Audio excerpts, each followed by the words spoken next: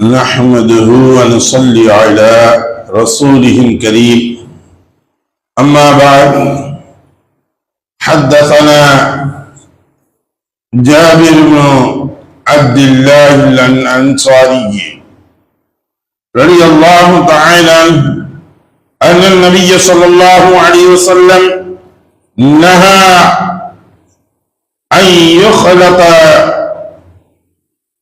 زبيب والتمر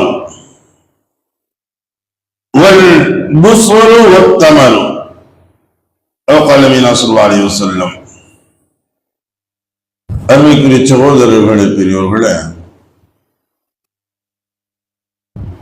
ஊற வைக்கப்பட்ட பேரித்தம்பழம், திராட்சை, அதை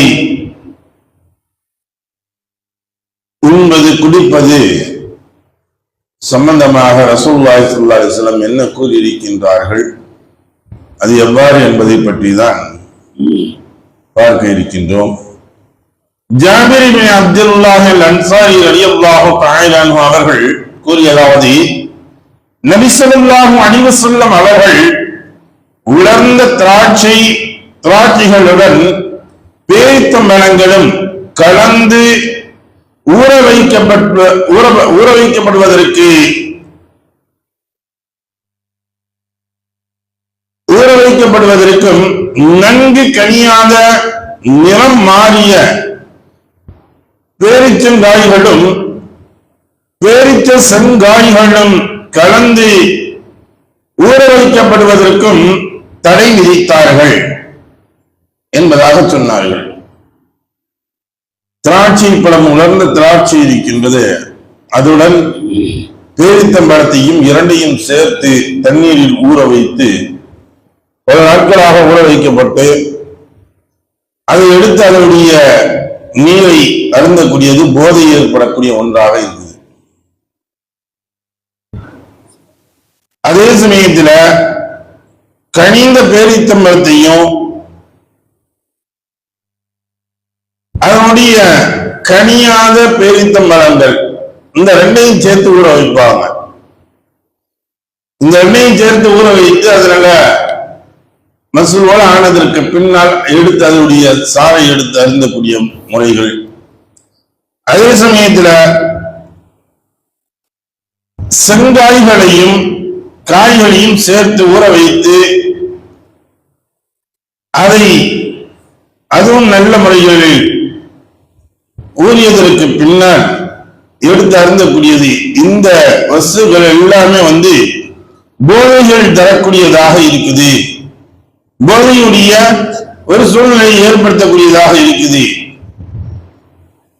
என்பதால் இதில் போதை இருந்தாலும் சரி இல்லாட்டியும் சரி, சிலருக்கெல்லாம் இல்லைங்க அதுல போதை இருக்காதுங்க, அதான் அந்த அளவுக்குலாம் இருக்காதுங்க அப்படின்னு சொன்னாலும் சரி, இல்ல போதைகள் இருந்தாலும் சரி, எந்த நிலைகள் இருந்தாலும் சரி,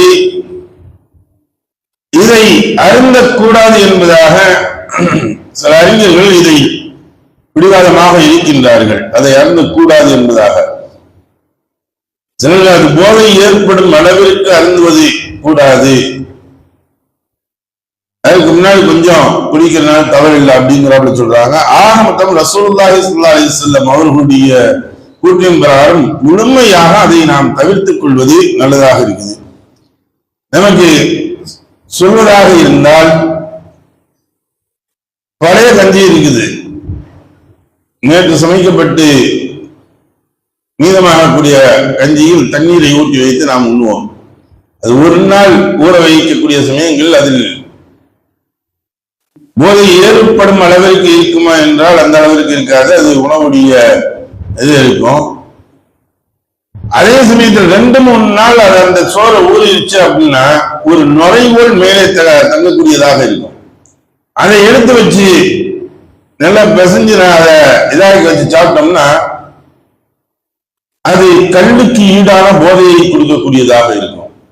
அந்த அளவிற்கு அதில் தன்மைகள் இருக்கக்கூடியதாக இருக்குது. அதனாலதான் அந்த அளவுக்கு வந்த உடனே நாம் சாப்பிடுவது கூடாதுன்னு அதை தூக்கி ஓர கட்டிடுறோம். அதே ஒன்றுதான் இந்த உணவு உண்ணக்கூடிய முறைகளாக இருக்கக்கூடியது. இதை ஊற வைக்கக்கூடியது இது ஒரு பானமாகவே அங்க இருந்துச்சு.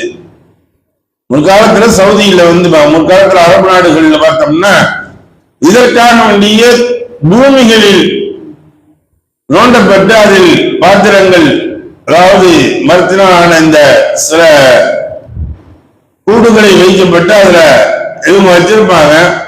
பேர்ச்சங்களையும் பேர்ச்சம்பளத்தையும் திராட்சையை போடப்பட்ட இதுக்கு கமர் என்பதாக சொல்லுவாங்க. இந்த மதுபானத்திற்கு இந்த கமர் என்று சொல்லக்கூடிய மதுபானங்கள் ஊற வைத்திருப்பாங்க.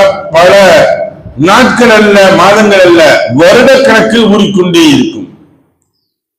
பல வருடக்கணக்கிலாக ஊறிக்கொண்டு இருக்கக்கூடியது. அதை எடுத்து அவர்கள் வரக்கூடிய விருந்தாளிகளுக்கு தன்னுடைய விருந்து உபசரிப்புக்கு மெயினாக வைக்கக்கூடியது இத்தனை ஆண்டு காலமாக ஊறிக்கொண்டு இருந்தது என்பதாக சொல்லித்தான் அதை கொடுப்பாங்க. அதனால ரசூலுல்லாஹ் சொன்னாங்க, மது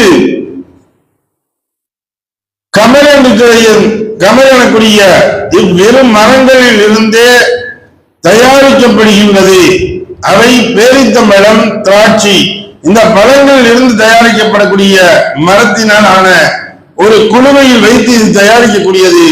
இந்த இரண்டுமே ரசூலுல்லாஹ் தடை செஞ்சிருக்காங்க. அந்த கமர் என்று அழைக்கக்கூடிய இந்த வகையான பழச்சாறுகள் தடை செய்யப்பட்டதாக இருக்குது என்பதாகவும் ரசூலுல்லாஹி ஸல்லல்லாஹு அலைஹி வஸல்லம் அவங்க சொல்லியிருக்காங்க. அபூ ஹுரைரா ரலியல்லாஹு தஆலா அவங்க அறிவிக்கக்கூடியதாக இருக்குது. ஆக இது போன்ற நாட்கணக்கில் ஊற வைத்து அதை கொடுக்கக்கூடியது இருக்கின்றதே ஹராம் என்பதாக தடை செய்யப்பட்ட ஒன்றாக இருக்கிறது என்பதாக இந்த ஹதீஸுகள் நமக்கு உணர்த்தி காட்டுகின்றது. எதை படித்தோமோ எதை கேட்டோமோ அதை விளங்கி நடக்கக்கூடிய நன்மக்களாக வல்லல்லாஹு ஆக்கி அருள்வானாக. வாஹிர் தஅவானா அல்ஹம்துலில்லாஹி ரப்பில் ஆலமீன். சுப்ஹானல்லாஹி வபிஹம்திஹி சுப்ஹானக்கல்லாஹும்ம وبحمدك ونشهد ان لا اله الا انت ونستغفرك ونتوب اليك. امين. سبحان ربك رب العزه عما يصفون والسلام على المرسلين والحمد لله رب العالمين.